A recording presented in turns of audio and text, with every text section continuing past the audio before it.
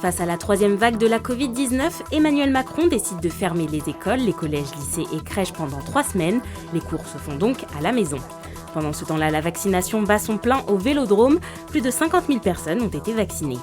En avril, la vente des autotests a été autorisée en pharmacie. Les officines ont subi au début un manque d'approvisionnement. Malgré les dépistages, un constat alarmant, plus de 100 000 personnes sont décédées de la Covid-19. Triste record le 22 avril.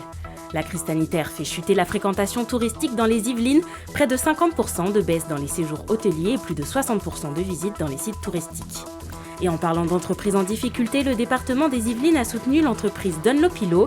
Près de 2 millions d'euros ont été avancés par le département, un budget permettant au nouveau repreneur Finadorm de ne pas payer les murs de sa structure.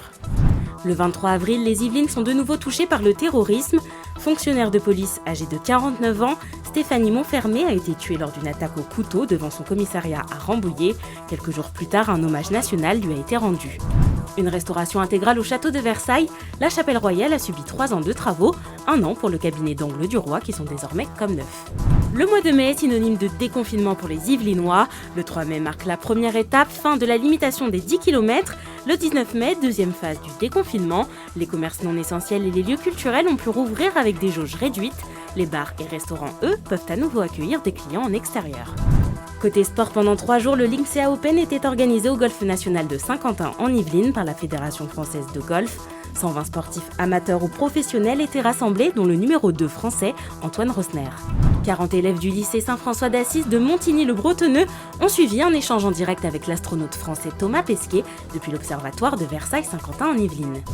Côté politique, les élections départementales et régionales avaient lieu les 20 et 27 juin. Valérie Pécresse garde la tête de la région Île-de-France. Concernant le département des Yvelines, c'est le groupe Ensemble pour les Yvelines, mené par Pierre Bédier, majorité de droite et du centre, qui a remporté les 21 cantons du département. Au cours de ces derniers trimestres de l'année, on retiendra cette disparition. Le cycliste Robert Marchand s'est éteint le 25 mai à 109 ans.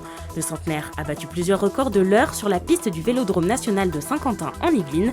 À 105 ans, il avait parcouru environ 22 km en 1 heure.